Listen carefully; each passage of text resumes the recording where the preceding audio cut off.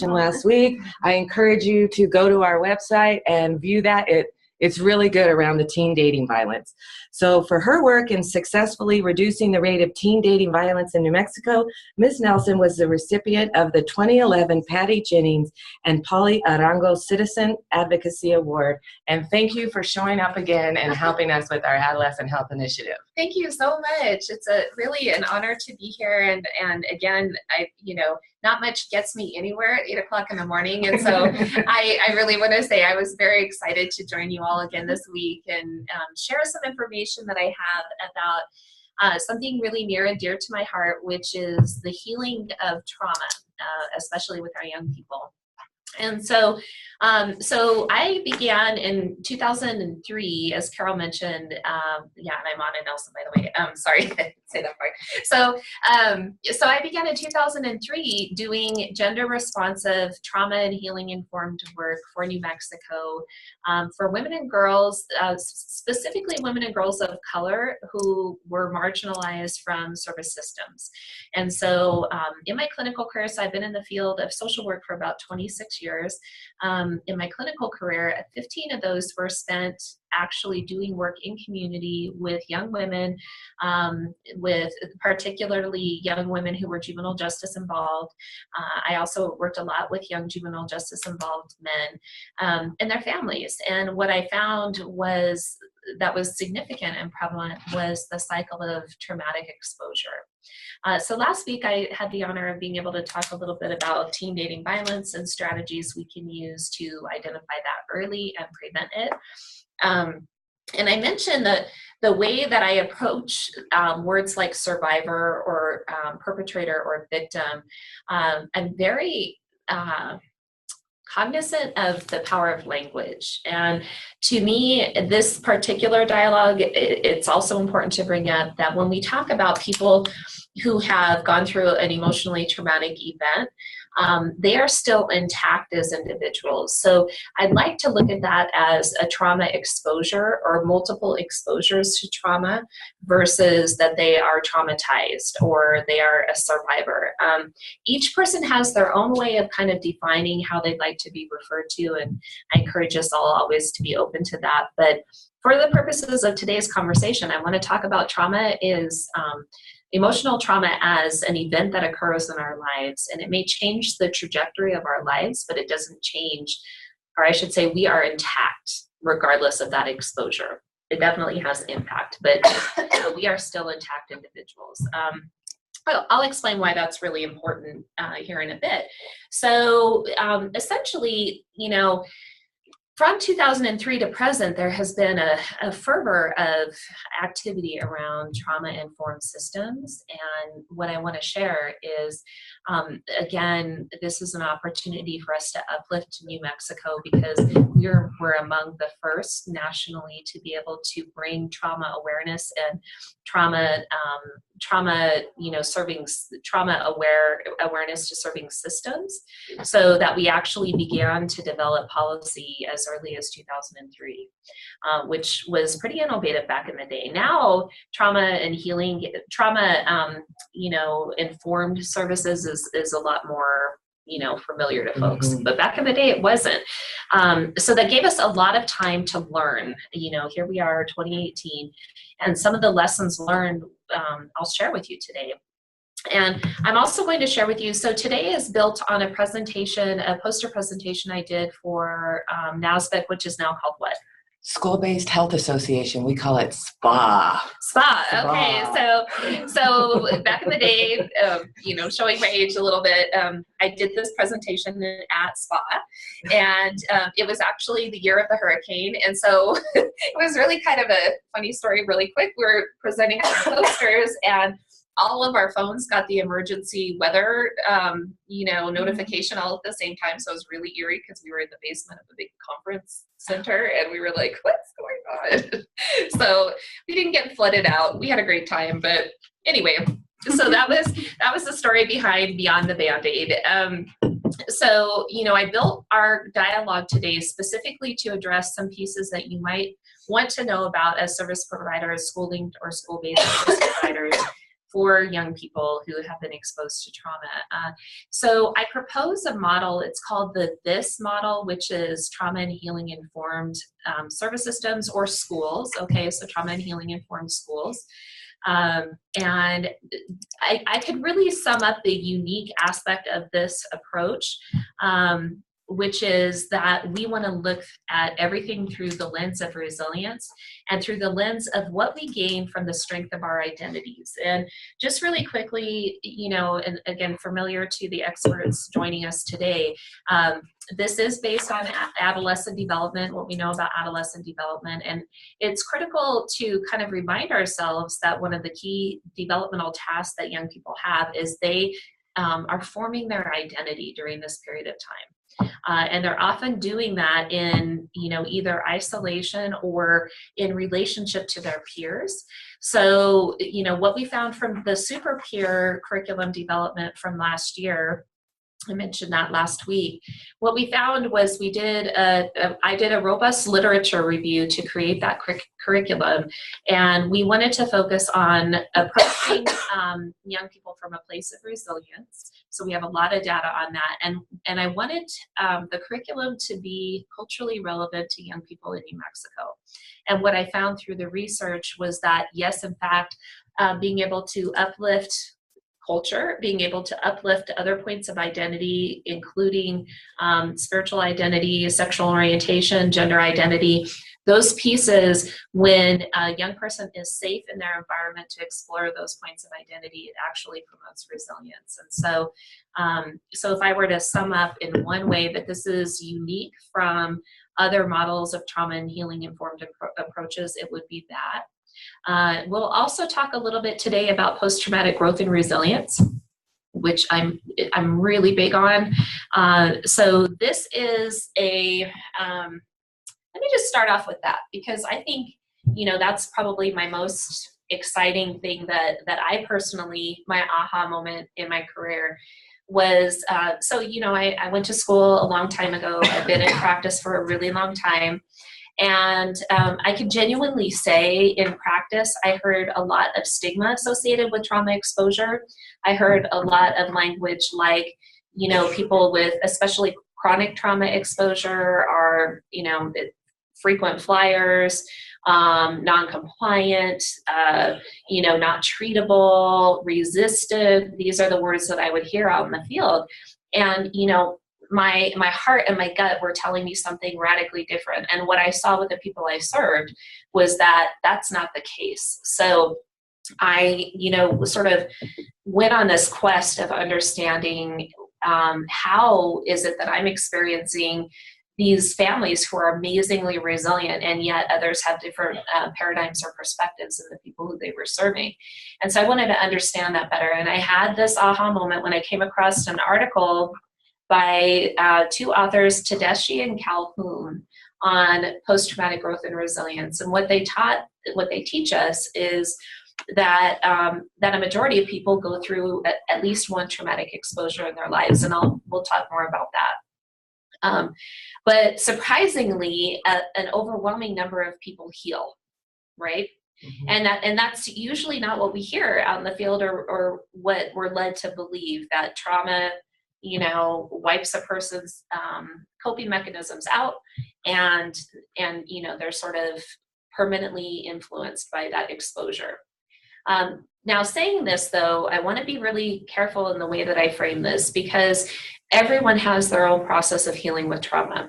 I mentioned last week one of the reasons why I work with young people is because they are so full of hope and the potential for healing, right? And so to me, every day that their experiences are inspirational. But that's not to say, however, that there are some people who go through such dramatic impact from their trauma exposure that it does take them a lifetime to heal, and that's all right.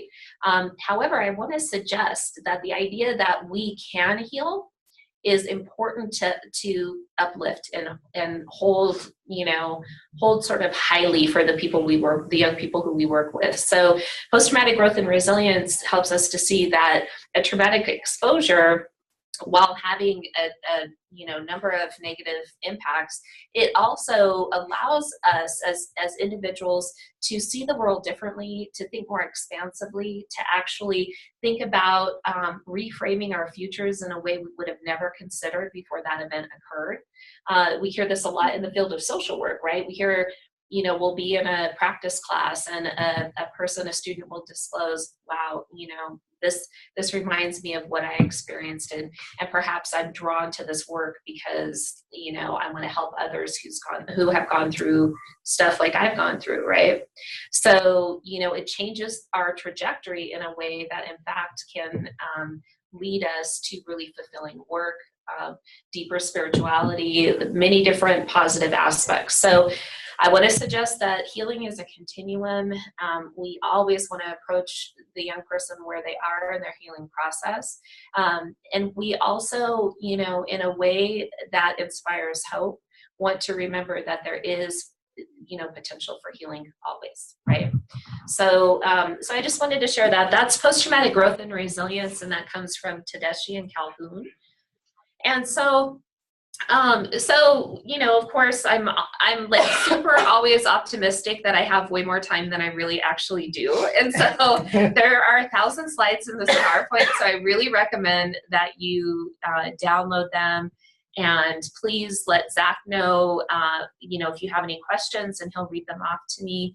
This is meant to be a conversation. So please ask those questions and don't feel as if you're cutting into time, because your questions are really valuable. So this is kind of a toolbox for you. There are, at the end of the presentation, there are a few slides that are solely resource driven. So a lot of the data on what I'm presenting today is the citations are actually in the back. So know that that's there for you. If you feel I'm going too fast, tell me slow down. So hopefully we walk away today with some understanding of types of emotional trauma our students here in New Mexico may be experiencing, the people who we serve in clinic, young people in general. And also, just as we did last week with red flags, I want us to really be cognizant that we're early identifiers and responders.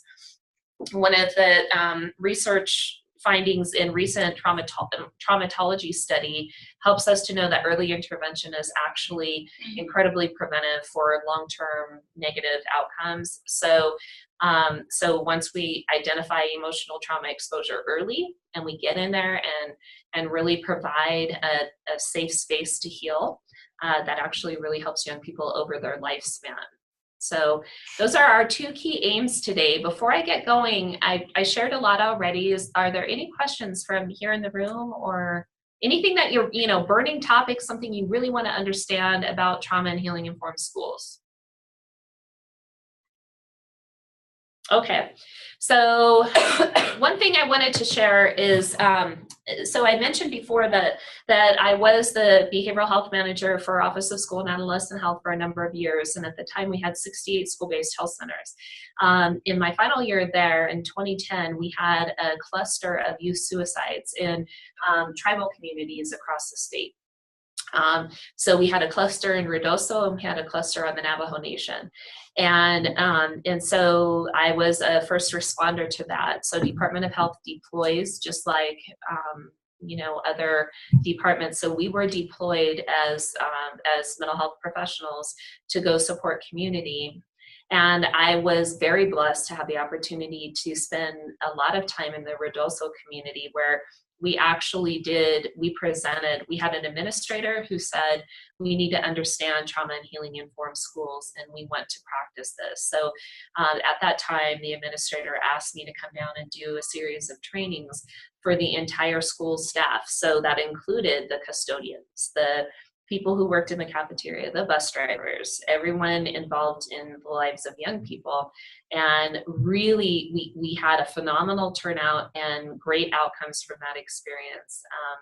So, I do know that in at least one district, we've had the opportunity to train on this.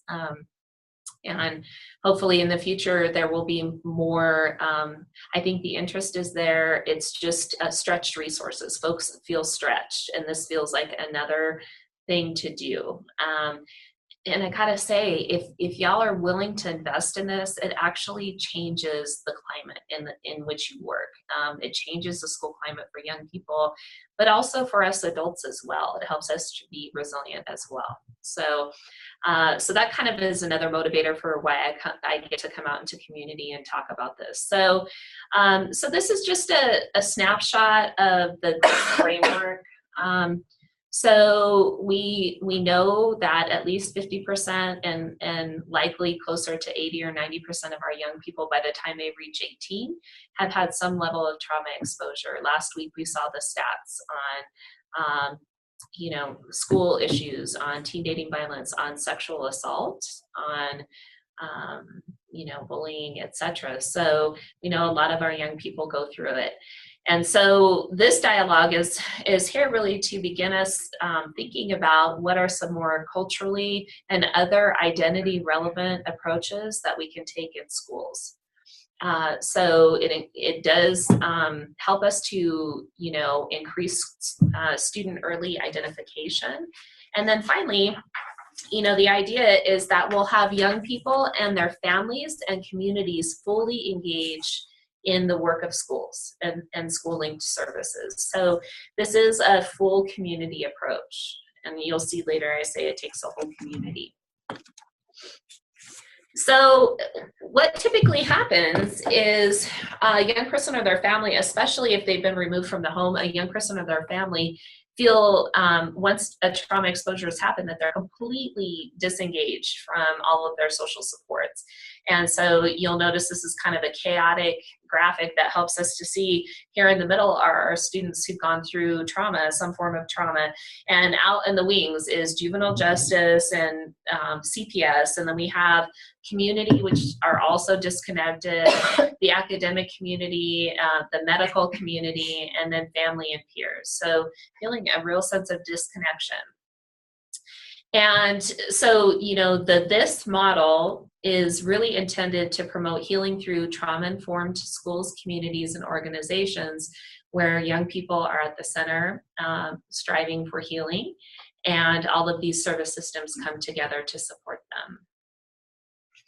So because we are, truly, I'm here preaching to the choir, so many experts, are joining us today. I'm not going to go through too much about the details of trauma.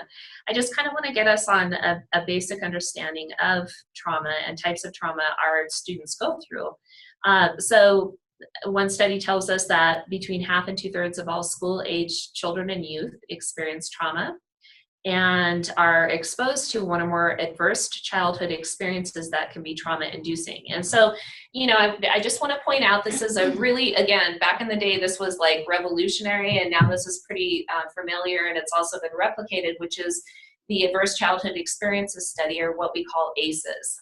So this was funded through CDC and in partnership with Kaiser Permanente, and originally the sample size was 17,000 or more volunteers who were already seeking out preventative health or maintenance health services, and they were asked a series of questions, and so they were able to self-report on have they during their childhood, did they experience physical or sexual abuse? Did they go through neglect? And, the more we start really looking into child abuse and neglect, we're noticing long-term impact from exposure to neglect. And that, has to do with neurological development, et cetera, academic progress. So there's a lot that is co-occurring with neglect. Also witnessing partner violence, particularly mother being abused by her partner, and then household substance use, household mental illness, parental separation and divorce. And then finally, the 10th one is, do they have a family member who's been incarcerated? So just looking at that and knowing the young people who we serve, what are your reflections on that? The criteria for ACEs, its impact on youth in New Mexico. What do you guys think?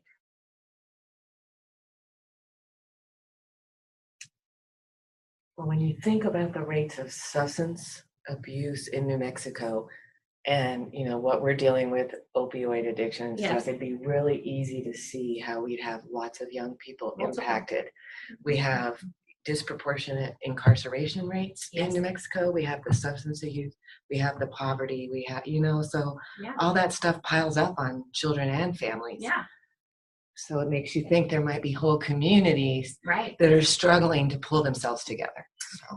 I really appreciate that observation. And, exactly. When I look at this, I think, check, check, check, and at the same time with this model, the idea is we want to be incredibly cognizant of those risk factors and then understand all the points of resilience that our communities demonstrate. And so, yes, all these things are happening. Poverty in itself is not causal. It's systemic response to poverty. Incarceration. We are also a state largely where grandparents raise grandchildren, so we have a high prevalence of that as well. So we have family coming together, stepping up for our young people, and still and yet there's trauma exposure. And so what does this mean for youth in New Mexico? So ACEs are common. We know about 2/3 of young people experience them.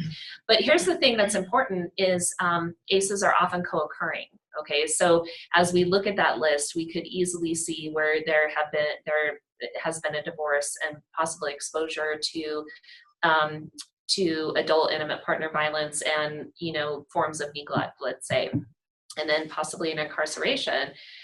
So almost 40% of the original sample who responded 2 or more ACEs, and then 12.5 experienced 4 or more. And so what does that mean for overall health?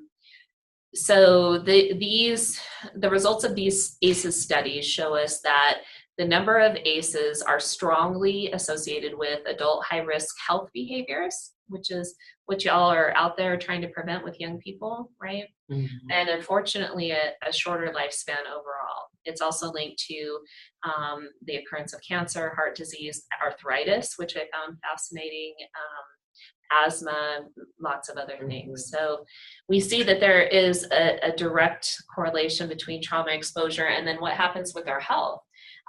So in simply put, it's trauma, we know, changes our brain neurobiology. It may lead to social, emotional, and cognitive impairment. It may lead to, not always, but it may lead to health risk behaviors as coping mechanisms, eating disorders, smoking, substance use, self-harm,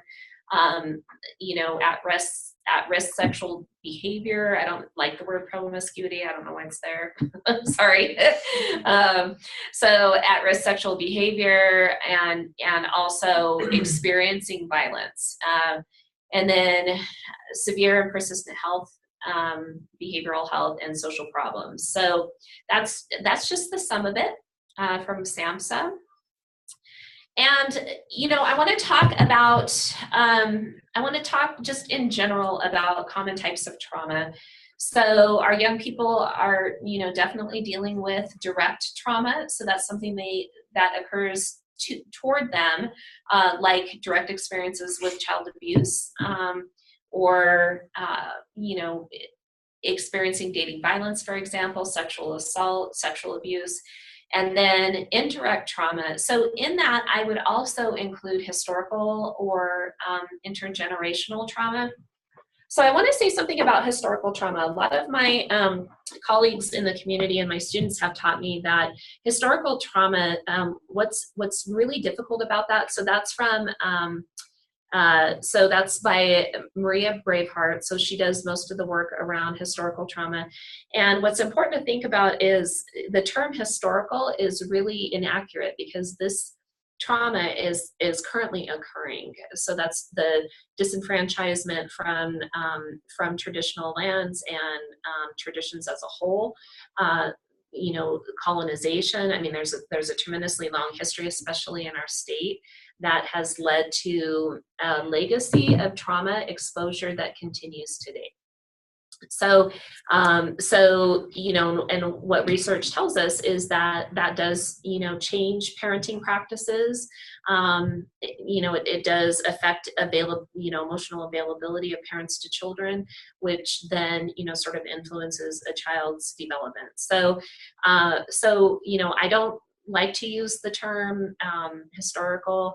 Intergenerational is also problematic because it assumes that it will be passed down from one generation to the next.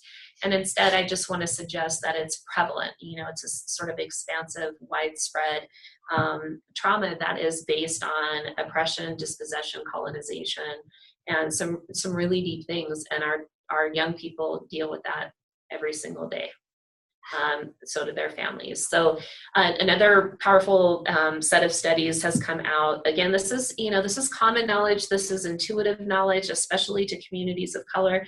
But research is now explicitly stating that exposure to racism is a form of emotional trauma that every day young people deal with in their families. And so, so I want to say that, and again, this is knowledge that communities know, but we have data to support that. So, you know, particularly around racism, what's emerging is that racism is showing the same rates of PTSD as combat veteran, you know, exposure to combat. So, you know, and thinking in the socio-political environment in which we exist right now, you know, our young people who are not documented or certified, our young people who, you know, are young people of color who are expressing their minds and experiencing retaliation for that in schools. It's just, you know, it's just timely right now. So I'm going to pause and see, because that's a lot of information too. I want to see if we can generate some dialogue around that. Types of trauma, things that you're noticing out in the field with young people, you know, questions about how do you navigate this as an ally out in the field.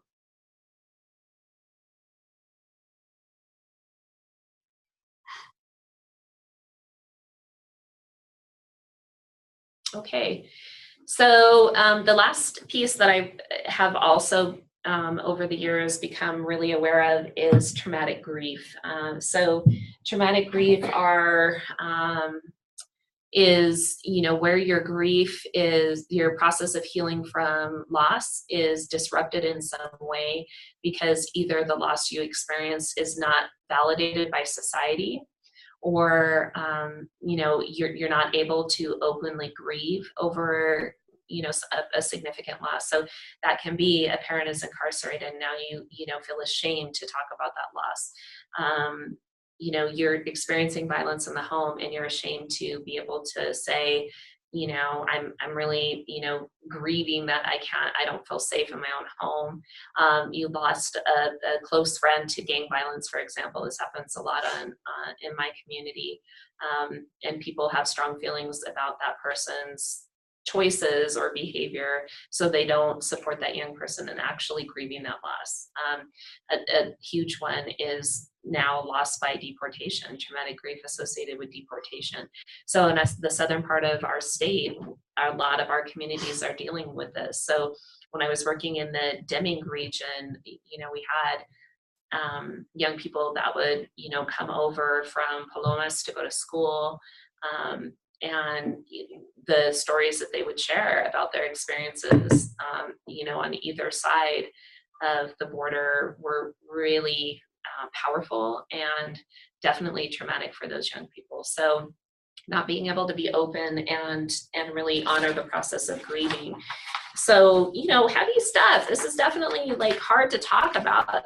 So I'm glad that we're actually, you know, here in a place where we can actually, you know, start to make some change systemically to help support folks. So yeah, Carol. I was just thinking on your last slide about the indirect trauma. Yeah. Could we, like, would that relate to what families and kids are experiencing with all the natural disasters we had? You know, like your whole community is wiped out from the mudslides in California or something. And well, you don't, you know, you're like, oh, that's a bummer or whatever. But for a child, that might, you know, that was my whole everything, every stuffed animal, every favorite book, so would that apply in that? Absolutely. So, you know, in when I have more time, I usually go I could probably spend easily an hour on just the types of trauma themselves, and natural disasters are definitely a type of trauma. Single incident trauma, interestingly though, usually folks tend to rebound from that. Okay. But it's still significant, and it's definitely something we want to pay attention to, especially when it's community wide. Anytime you experience, I think, with having family in Louisiana and things, I think about the, summer of storms and displacement around Rita and Katrina, and what that, that is your entire, history, right? Mm-hmm. You being, displaced from your literal home, but also, what you consider home spiritually and emotionally. And so, absolutely, it is something we need to attend to. And interestingly, in New Mexico, we're kind of chill. We don't have earthquakes, rarely, I should say. We, tornado once 100 years. We're really blessed when it comes to that kind of natural disaster. But it's definitely something to consider. Yeah. Excellent. Okay. So I wanted just to share quickly, not going to go through this too in depth, just wanted to let you know for our young people who identify as Latino. So there were 53 million Latinos in the United States. So we look at New Mexico, 25% of our residents are 18 or under. And I wanted to mention that 47% of our residents identify as Latino, 10 to 12% Native American, 3% up to 5% now, I should say, are identify as African American, and then 4% claiming 2 or more ethnicities. 28% of our state speaks Spanish. And what we found, I actually had an opportunity to publish an article with Dr. Mary Ramos, who you all know, on what is preventive for young people exposed to dating violence who are Latino, and maintenance of your first language is preventive. So we actually know that being able to maintain your first language, which is an indicator for how cohesive your family and culture is at home. So really what we were hypothesizing is, heritage language or first language is actually an indicator that the things, that you're able to experience culture at home, and it is in fact preventative.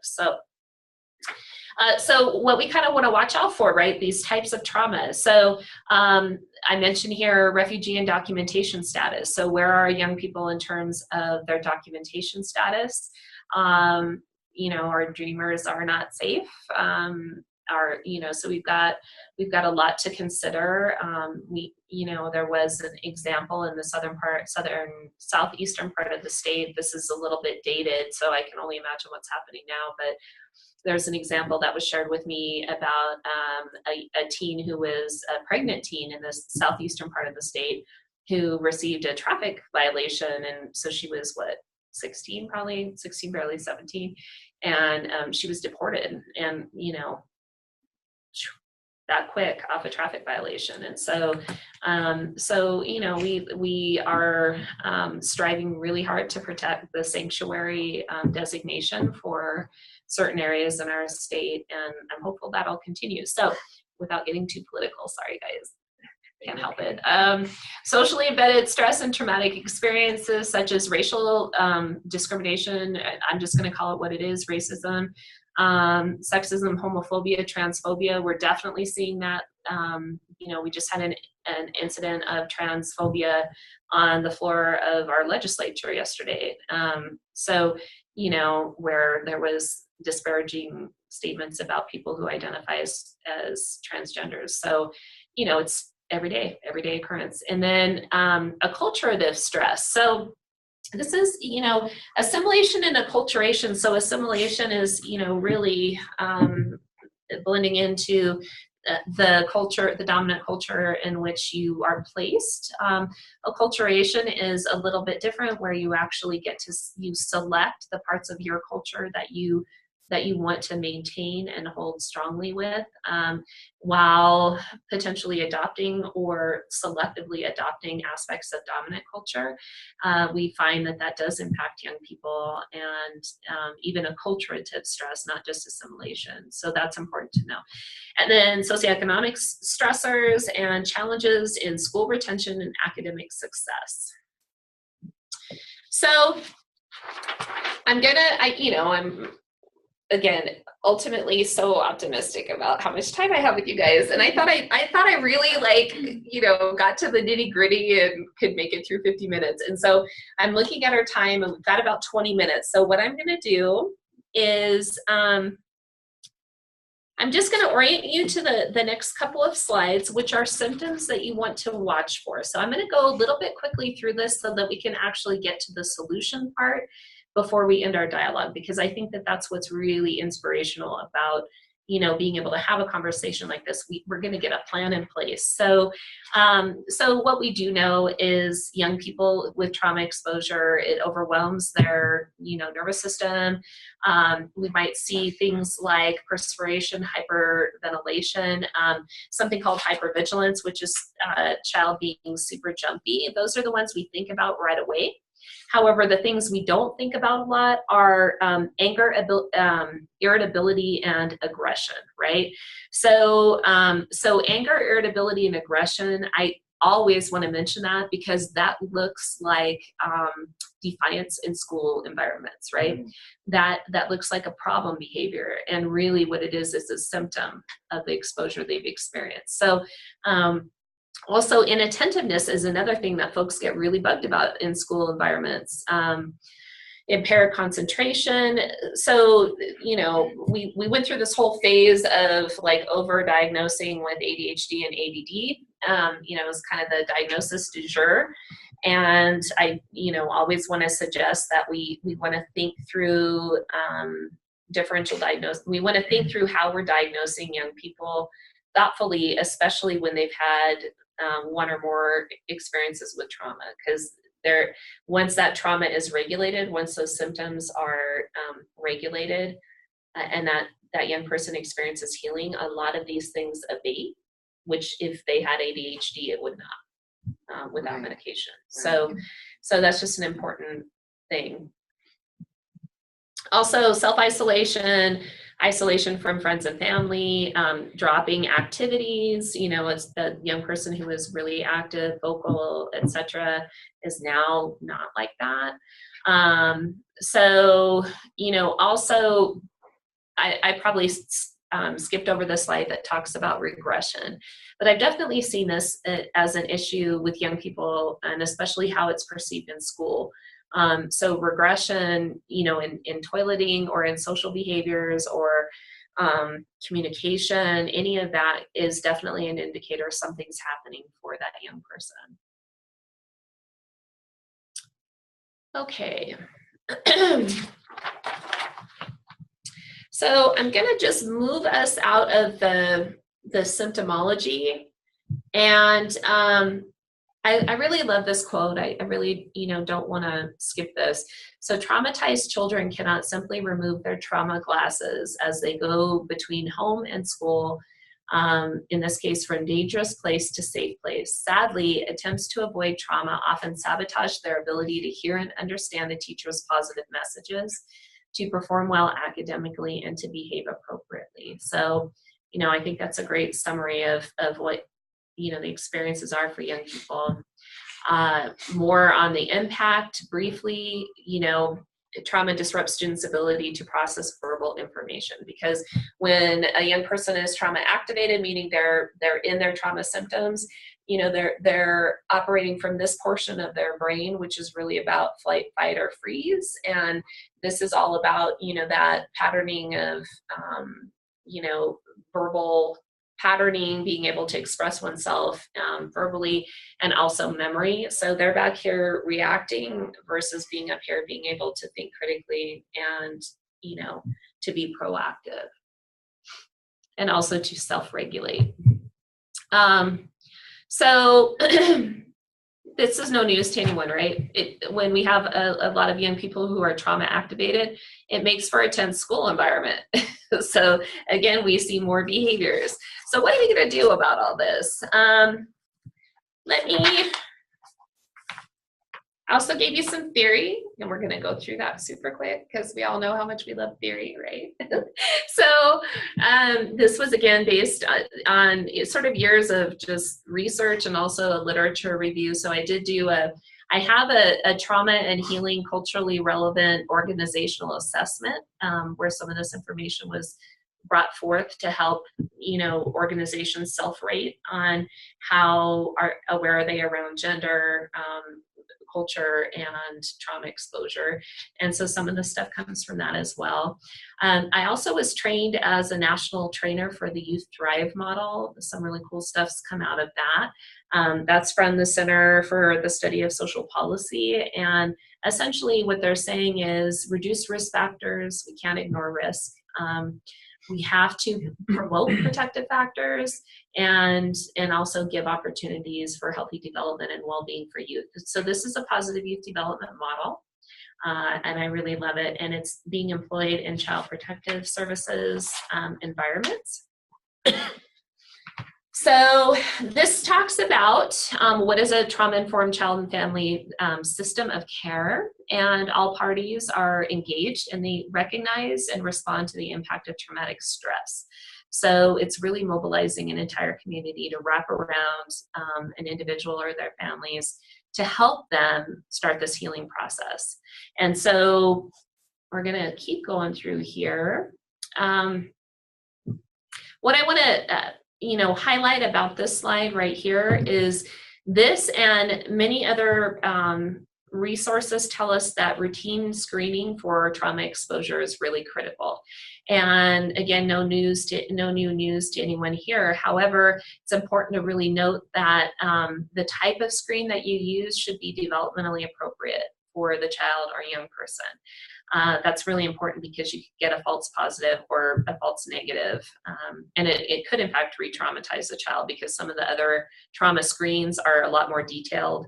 So you want to find something that's developmentally appropriate. And I have actually a list of evidence-based trauma screening tools at the end of this, a link to that. Okay, so hope I don't make you dizzy. I'm going to go a little bit fast here. Another piece from where we drew this thinking is Saunders Bloom's Sanctuary in Schools. And so the sanctuary model was originally developed for residential treatment centers. And what this author found in her research was that when staff were dysregulated, the clients blew out, right? There were horrible prognosis and outcomes for these clients. And what she decided was it's really critical that we give staff support and create a safer environment for the young people receiving therapy. Once that happened, the staff retention increased. Surprise, folks stayed there for a lot longer, and young people's outcomes were a lot better. So that's Bloom's sanctuary model. She's adapted it really effectively for schools. And I'm not, honestly, as I'm thinking through this, I'm not sure if I gave you guys links for this. So I want to make sure that if you're interested in this, always know that you can text me, call me, email me, and I have all of this information and I can email it to you or send you links that you can do more research on. So sanctuary in schools, the premises for that is a culture of nonviolence, a culture of promoting emotional intelligence and social learning, shared governance, so consensus-driven shared governance, which is really, really nice for a lot of young people because their voices are being heard and they're being included. Open communication, social responsibility. I love social responsibility because that links to restorative justice in schools. And I really love that model. And then finally, growth and change. And then the 4 fundamental domains that happen after a trauma exposure that are impacted are a sense of safety, the ability to emotionally regulate or manage emotions, sense of loss and grief, and a foreshortened future. So that's actually one of the diagnostic criteria for PTSD, right? You don't see, you don't see the future as being possible. So what that means, though, is, for our young people, we're asking them to plan ahead and, think about their goals and their aspirations and actualize these, higher level kind of thinking. Trauma activated youth are down here just like, I need to make it through the day. Mm-hmm. And I don't really see 5-10 years ahead. That doesn't really make sense to me. One of the final premises that on which we base this model, I base this model, is positive youth development, of course. And so I give you a lot of resources for positive youth development, and I won't be going into that today. Needless to say, PYD has awesome outcomes, so I highly recommend it. And there's lots of ways that, I know that you all, again, I'm looking at some of the names who are familiar to me up there. I know that you all are doing amazing work in engagement of young people in their own treatment, in driving their own medical and behavioral health care. So I appreciate you, and you are actually clearly embedding positive youth development in your practice. So I just want to thank you for that. I do want to point this out because this is a part of this model, and also super peer, that is really important. There is a lot of thinking about the skills that young people need to thrive. And I want to point out here that to the left are what we know about positive youth development, and then what's being promoted in 21st century success skills. And to the right, the two columns there are really important and rarely ever talked about, which are what promotes cultural resilience, and also what are forms of cultural capital that resonate for young people of color. So, linguistic capital, navigational capital, being able to move through systems that weren't designed for or by your community. So that is a huge form of resilience, right? Social capital we know about, but filial capital, family capital, the connections you have through family, we know are important. But significant to this conversation is those connections are likely reinforced by messages and stories, and the transmission of tradition across, an elder to a young person. And so, these young people who go through tough times can potentially reach out to an elder and have an elder talk through that experience with them and talk about their, traditions and ways of healing that they've experienced in their lifetime. So that's important. And then resistance capital is standing up for justice, even in the face of authority, which I love, because young people, that's like amazing, right? So that's all about being an adolescent, is being able to stand up to authority and say, you're wrong. So being able to do that in a way that's successful and really gets positive outcomes is cool. So another piece around this that, is super low budget to do, super easy to implement, which is the implementation of mindfulness in school settings or in clinic settings. So that literally takes 30 seconds to 5 minutes to create a space where young people can start practicing mindfulness.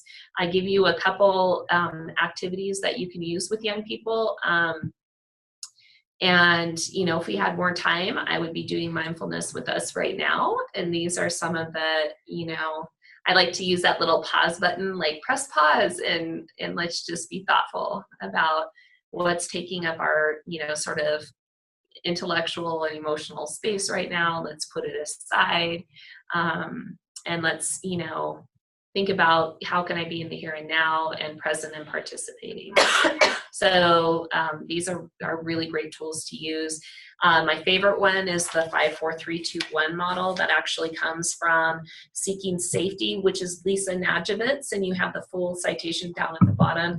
But I use this all the time with young people, and you can actually do this at any point in time that you're feeling trauma activated. Any of us can do it. And so, just lowering. So one point to know about trauma, people who've gone through trauma, is a lot of folks don't like to close their eyes. So some of these activities ask, youth to close their eyes in order to participate. And I always recommend just having young people look down or, rest their eyes in a comfortable place so that they can concentrate and don't feel re-traumatized. So naming 5 things that you can see in the room with your eyes sort of resting at a neutral place, 4 things you can feel, 3 things you can hear, 2 things you can smell. And I end it by saying 1 good thing about yourself versus 1 thing you can taste, because young people are like, taste, ew, spit. Like, they'll come up with all kind of creative things about what they can taste. So that's one way I kind of navigate through that. So that's a tool that you can use in clinic and literally takes 30 seconds. So this gets us to the introduction at the very last 5 minutes of our conversation today. It gets us to the introduction of what we can do as allies. So as adults, we act as a safe, trusted adult for a lot of young people in our lives, and that's one of the best things that we can do. We are also, safe people to come to ask information about, ask questions, get information about something that's really bothering a young person. So we're a resource. We're a place that is safe. We're there to support. And that's one step in being an ally. So it really takes the community to work on this model of system response to young people. It's designed to de-escalate conflict, to improve school climate, really important to prevent re-traumatization or another exposure to trauma for students, to provide innovative solutions to student behavior that is trauma-linked, and then provide improved academic performance and outcomes, and also super important, keep these young people school engaged, right? And that's one of the amazing outcomes of school-based health centers is that, we know being able to get health and behavioral health care in schools is keeping young people in schools. They're more successful. So naturally, this is a good fit for the work that you all do. So I give you a little bit more data about what's happening for our Latino youth. And I'm not going to go through that, but just know that's there, as well as the 4 core areas of understanding in trauma-informed approaches. We've gone through, deepening our awareness and understanding of emotional trauma and how that influences the students. And, it is our task because we're statewide, right? So we got to figure out what's going on in our communities right now and what can young people access. We also know that's a huge stress, especially in our rural and frontier communities in our state.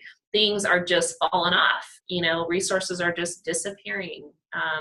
So that's why, if you'll remember that slide about cultural resilience, we have to think innovatively about how to heal.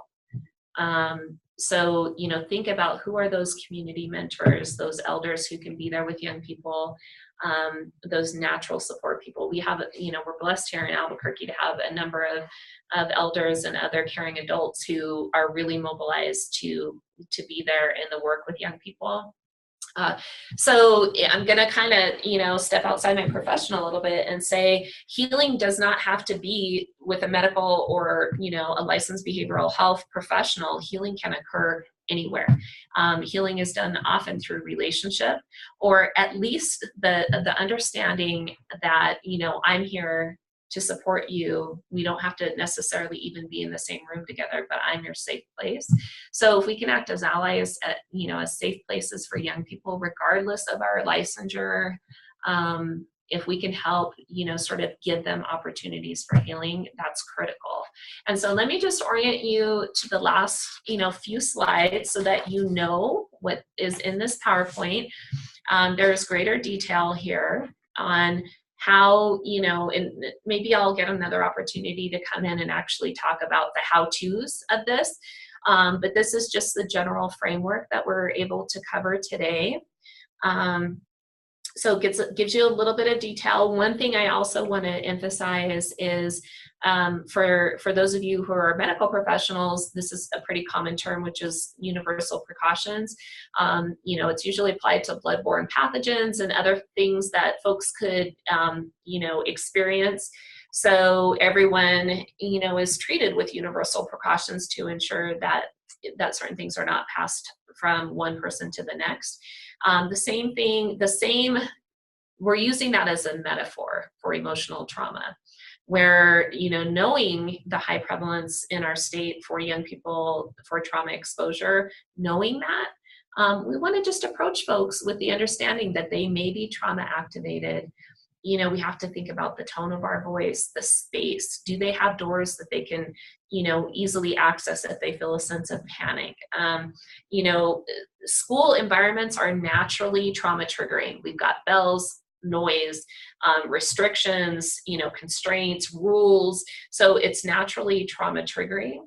So how do we create a safe space in our clinics to be trauma de-escalating? Which is really important. And we want to do that for everybody, because let's just assume most people have gone through something really difficult and painful. So there are also a number of specific suggestions on how can we advocate for young people in schools who may have been exposed to trauma. And then I just want to show you, oh my gosh, and I went through postvention too. There's information, a lot of information in here that we are not going to cover today, and I apologize. So postvention is also discussed here, which means if we've also had, a crazy number of school-related shootings and things like that nationally. We're seeing just kind of an escalation of public violence. And so I just want to share with you, I am here to discuss postvention. I'm here to talk about how we can improve safe schools plans and how to improve school policy. I have model school policies on how to work with youth exposed to trauma. I also have model school policies on teen dating violence as well. So with that, I'm going to just, pause and for the next maybe minute, see if there are any questions or anything that you would like me to answer before you all leave us for the day. Zach, do I see a question there? It's just more of a comment. Hi, Anna, microphone not working on this computer. I especially applaud your packaging of this important issue. Oh, thank you. It so resonates with my experiences and approach. Oh, I deeply appreciate that. Thank you. I'm glad it's helpful, and I'm sorry I wasn't able to spend more time with you all, but know that you can get a hold of me anytime. Text is the best, okay? I read my email like twice a day, but text is always the best. Feel free to text me. Anything else? Question. Yeah. Do you have any suggestions for, you were saying like making an environment friendly to kids that have gone through trauma? Yeah. So in a clinic, do you have any suggestions on what people could do to help with that? I do, and it kind of depends on the environment. Let me just share a really quick story, and I know if folks need to sign off, please know I wouldn't consider that rude. I know we're past time. I really appreciate you all attending. And again, please know I'm here to answer questions, but it really depends. When I did the organizational self-assessment, I actually had the ability to go statewide and look at these organizations. And I want to give you a quick sort of vignette of something I observed, which is many years back, we had a gender responsive, amazing treatment for women who were exposed to heroin use. Or were actively using heroin during pregnancy. And this was one of, and continues to be, an amazingly successful and impactful, positively impactful program. But, they had an amazingly high rate of success for those women, right, and their infants. And weirdly, they had to move to a different building, and they were placed in the back of a building where, the front of the building was actually methadone dispensing. And so and it was up on a hill, right? Like a little bit of a hill. And so a lot of the people who were accessing the services, the women, either recently were pregnant or recently had babies, they were carting little ones up a hill. They got up there and they had to navigate through this methadone clinic. Well, when they went through, overwhelmingly, we were hearing these responses from women that I just saw my, ex-pimp. I just saw the perpetrator of domestic violence. I just saw the person who sexually assaulted me. And so they immediately just started dropping off, and they had a huge attrition rate, and they've addressed all of those things now and continue to do phenomenal work. But that is solely just structural and the re-exposure to trauma triggers that really influenced how the women felt and whether they felt safe. So taking that to a school-based clinic, it really depends on the way your clinic is set up, you know. So I think about clinics like in trailers, or clinics, you know, sort of like on the side of, you know, the schools or whatever. And what I suggest is an open floor plan as much as you can for your office space and for the clinic as a whole. You know, kind of having to kind of go all the way back into the back of a clinic can be really hard for a trauma activated youth. So maybe seeing those young people, you know, in spaces that are up front in the clinic that are still confidential, could be really helpful. Asking them if, so this is a little touchy, but there are times in clinics when it's slow, right? And you can ask the young person, how, you know, door open, door closed. That can be something that, you know, helps them to feel they have more agency. Talk with them about, you know, risk for confidentiality or whatever, but door open is something important. And also setting up, so in DV work, we were always, you know, we were always trained to kind of set our offices up where there was nothing between us and the door. And I'm gonna flip that on its side and say, for survivors of trauma, you want them to feel like they can command their environmental space as much as possible. The amount of light, the windows, and the accessibility to doors. It seems so simple, but it has huge impact on people. The other thing I really emphasize, you know, you'll notice the graphic that I used on this. I specifically used this to represent our young people of color, Latinas, you know, young people who identify as Latina. You want to have visual representation of the communities who you serve everywhere. And language, obviously, but visually, you want your space to reflect and represent what they might experience in their home environment, in their, you know, comfort zone. So whatever that looks like. So those are just a few little tips. Okay.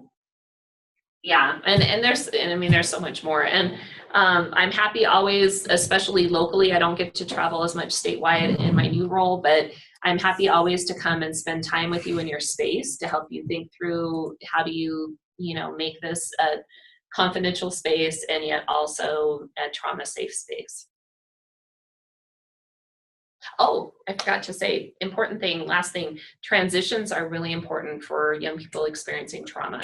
So I highly, you know, no bells, no weird loud noises, no, if your clinic, this is something that I know a lot of clinics go through, they get the announcements in the clinic that are like blaring and loud. Especially if you've gotten the young person has disclosed and they're really vulnerable, it's really hard to have that noise. So if there's a way that the bells could be shut off in your clinic, that'd be awesome. And, you know, and also just preparing the young person for our session is now, you know, in about 2 or 3 minutes, our session will be coming to a close. We'll be able to see each other next week. And I just want to make sure that, you know, in a couple of minutes, we'll, you know, start making the transition back to school. So helping them to kind of, you know, create a container around the strong feelings and ease through that transition. Yeah. You're so welcome. I really enjoyed this conversation.